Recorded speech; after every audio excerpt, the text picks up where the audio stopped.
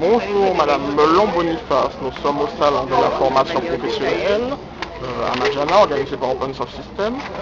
Donnez-nous une définition de la VAE. Qu'est-ce que la VAE? Alors la VAE, c'est la validation des acquis de l'expérience. C'est-à-dire que c'est une démarche qui s'adresse à quelqu'un qui est en situation professionnelle depuis au moins 3 ans, qui exerce un certain nombre de compétences et qui veut faire valider ses compétences par un diplôme. D'accord. Nous avons déjà défloré un petit peu la prochaine question. À qui s'adresse la VAE?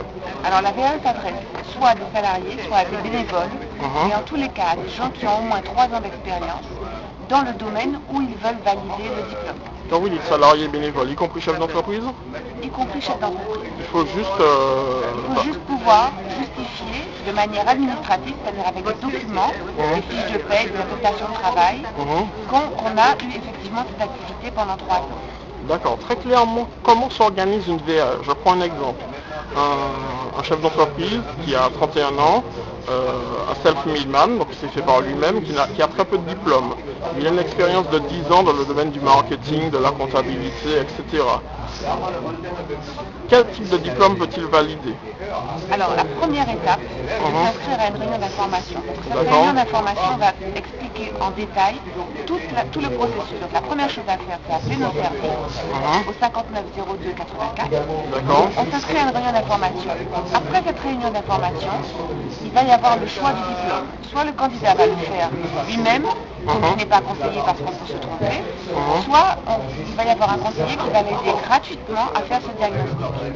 Une fois qu'il a choisi son diplôme, il va pouvoir déposer un livret 1. Dans ce livret 1, il devra justifier de façon administrative de ses activités professionnelles, c'est-à-dire produire toutes les pièces, telles que des attestations d'emploi, des fiches de paye, qui prouvent bien qu'il a eu cette activité. Lorsqu'il a déposé le livret 1, il va y avoir le rectorat de Terreville qui va devoir donner son avis et dire si la demande est recevable ou pas. Dernière question, est-ce que la VAE, j'allais dire, fonctionne bien en Martinique? Dans le sens, pas administrativement, mais en termes d'impact, est-ce que les gens sont intéressés? Les gens sont très intéressés, parce qu'en Martinique, nous avons énormément de gens qui font des choses, de grandes choses, qui ont beaucoup d'activités professionnelles, qui ont une expérience riche, qui n'ont pas forcément les diplômes qui correspondent. Donc c'est vraiment quelque chose qui valorise la personne, qui permet une remise à niveau, aussi de se remotiver, de retrouver un emploi. C'est quelque chose qui marche bien. Vous avez des pourcentages, c'est quelle tranche d'âge qui est le plus concernée, en tout cas le plus intéressé par la VAE?